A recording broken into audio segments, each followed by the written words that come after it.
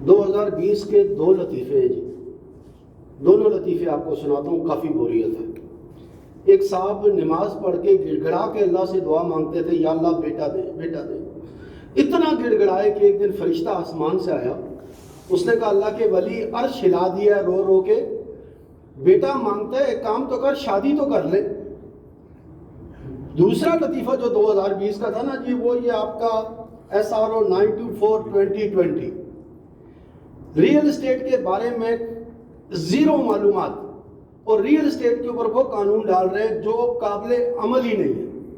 آپ real estate agent کو registered کرنا چاہتے ہیں، جبکہ اس ملک میں نہ ریئل اسٹیٹ ایجنٹ کو رجسٹرڈ کیا گیا ہے کبھی، اور نہ اس کو تسلیم کیا گیا ہے، نہ گورنمنٹ کی طرف سے کوئی معاملات ہیں۔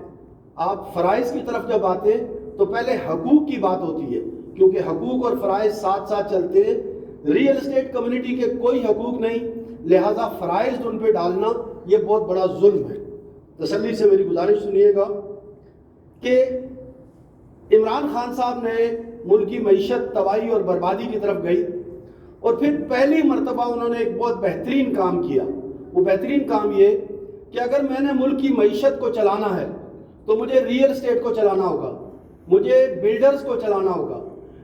اگر ریئل اسٹیٹ کا کام چلتا ہے تو بلڈرز کا کام چلتا ہے، بلڈرز کا کام چلتا ہے تو 70 انڈسٹری چلتی ہیں، بلڈر کا کام چلتا ہے تو 24 پروفیشن کام کرتے ہیں، پورے ملک کی معیشت حرکت میں آتی ہے۔ عمران خان صاحب نے بلڈرز اور ریئل اسٹیٹ کو ایمنسٹی دی، اور یہ کہا گیا آپ 1 ارب 1 کھرب روپے کی انویسٹمنٹ کریں، آپ سے کوئی آپ کی سورس آف انکم نہیں پوچھے گا۔ اور آپ کا یہ قانون یہ کہتا ہے کہ جو شخص بھی ہمارے پاس آتا ہے، اگر ہمیں یہ احساس ہوتا ہے کہ اس کا پیسہ لیگل نہیں ہے تو ہم آپ کو رپورٹ کریں۔ تو پہلے تو مجھے یہ بتائیے کہ پرائم منسٹر آف پاکستان کی ڈائریکشن پہ چلیں یا آپ کی ڈائریکشن پہ چلیں، کیونکہ دونوں ایک دوسرے سے بالکل مختلف ڈائریکشن ہیں۔ اور صرف اس قانون کے آنے کے بعد جو پچھلے 6-7 مہینے میں ملک کی معیشت چلی تھی، 2 مہینے سے ڈکلائن کر رہی ہے۔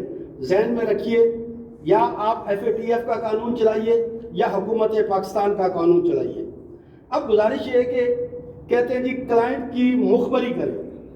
دنیا کے ہر کاروبار میں اپنے کلائنٹ کے جو راز ہیں اس کے امین ہوتے ہیں ہم لوگ۔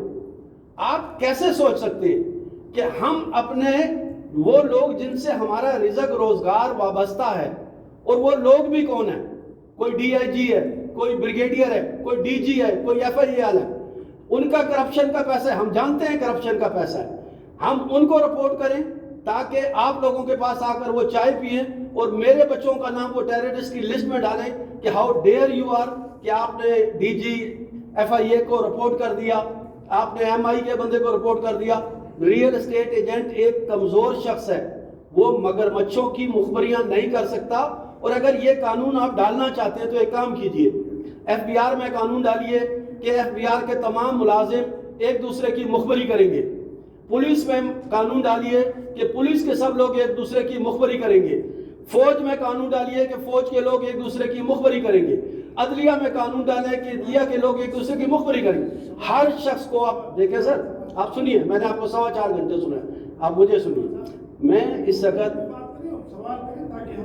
دیکھیں سر، گزارش یہ ہے، میں اس وقت فیڈریشن آف ریئلٹرز پاکستان کے چیئرمین کی حیثیت سے 1 لاکھ ریئل اسٹیٹ ایجنٹ کی نمائندگی کر رہا ہوں۔ مجھے اپنے پاکستان کی ریئل اسٹیٹ کمیونٹی کی وہ تمام آبزرویشن آپ تک پہنچانی ہے جو آج تک نہیں پہنچی۔ آپ اس قانون کو لانا چاہتے ہیں، یہ قانون ریئل اسٹیٹ ایجنٹ پہ آ رہا ہے، لہذا مجھے ریئل اسٹیٹ ایجنٹ کی بات کرنی ہے۔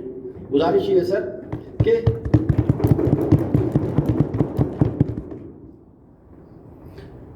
پاکستان میں ایک آپ سے گزارش کروں، یہ جو آپ کی بیوروکریسی ہے نا جی، اس کی بددیانتی نے اس ملک کو برباد کیا۔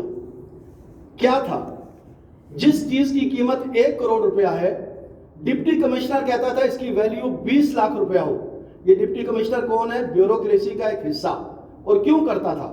تاکہ جتنے بیوروکریٹ رشوت اور بدیانتی سے پیسہ کماتے ہیں وہ لو لیول پر اپنی پراپرٹی کو خرید سکیں اور آگے بیچ کر اپنے پیسے کو وائٹ کر سکیں۔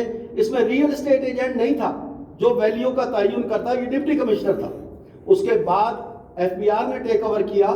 ایف بی آر میں ٹیک اوور کرنے کے بعد کیا کیا, جہاں 40 لاکھ روپے ڈپٹی کمشنر نے ویلیو کاؤنٹ کی تھی وہاں 12.5 کروڑ پہ لے گئے. اوکے, بہت فائن ہے, ہونا چاہیے.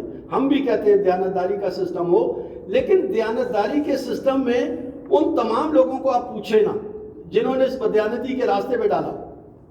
آج ملک میں 100 میں سے 90 جو ٹرانزیکشن ہیں اس میں 25 لاکھ سے لے کر 5 کروڑ تک کیش ٹرانزیکشن ہوتی ہیں, اور کیش ٹرانزیکشن کے بغیر کوئی ریئل اسٹیٹ کی ٹرانزیکشن ہو ہی نہیں سکتی.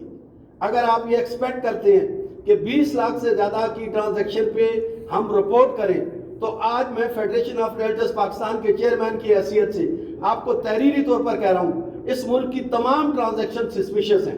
آپ سب کی تحقیق کریں, ہماری ذمہ داری نہیں ہے, آپ دیکھیں. آگے میری گزارش ہے سر. نہیں سوال نہیں سر, آپ سر ہم اپنا ٹائم بھی ان کو دینا چاہتے ہیں. ہم ٹائم دینا چاہتے ہیں کہ نمائندگی کر رہے ہیں. صاحب کو دینا چاہتے ہیں. 4.5 گھنٹے آپ کو بھی سنا ہے, اب آپ کو سننا چاہیے. آپ سر تھوڑا سا ہم آپ کے لیے آئے نہیں سر, 4.5 گھنٹے ہم نے سنا ہے آپ کو.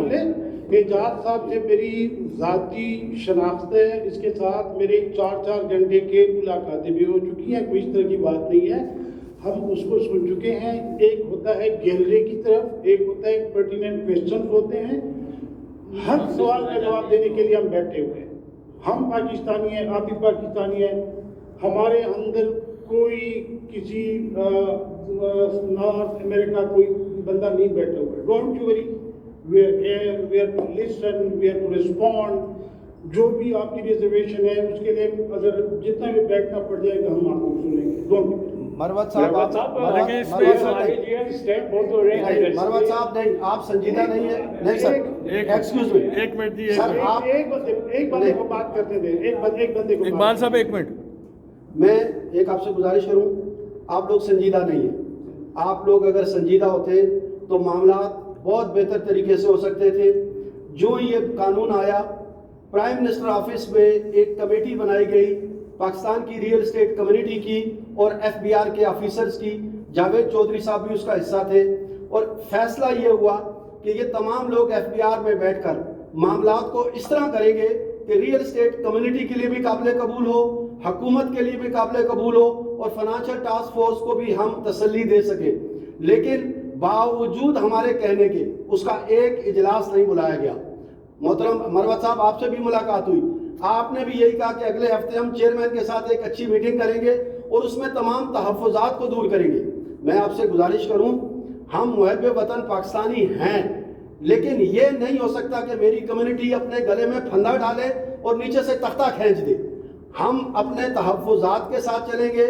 اگر میری کمیونٹی کو آپ یہ تسلی دیں گے کہ یہ جو 2.5 کروڑ سے 10 کروڑ جرمانہ, جو 1 سال سے 10 سال تک قید, آپ ایک بات ذہن میں رکھیے, سب اردو بول رہے ہیں. آپ پاکستان کی بہترین ریئل اسٹیٹ کمیونٹی کے لوگ بیٹھے, لیکن آپ جانتے تھے کہ اگر آپ انگلش بولتے تو آدھی باتیں ہماری سمجھ میں نہ آتی.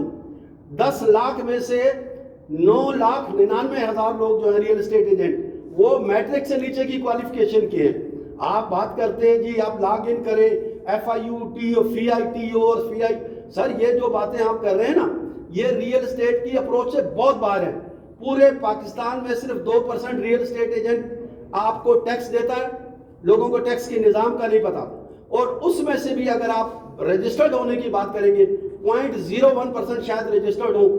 آج سارے لوگ فیڈریشن کو پوچھ رہے ہیں رجسٹر ہوں, ہم کہہ رہے ہیں نہیں رجسٹر ہو, اس لیے کہ جب تک ہمارے تحفظات دور نہیں ہوں گے ہم قطعی طور پہ نہ رجسٹرڈ ہوں گے نہ اس کا حصہ بنیں گے. بہت شکریہ. بہت شکریہ.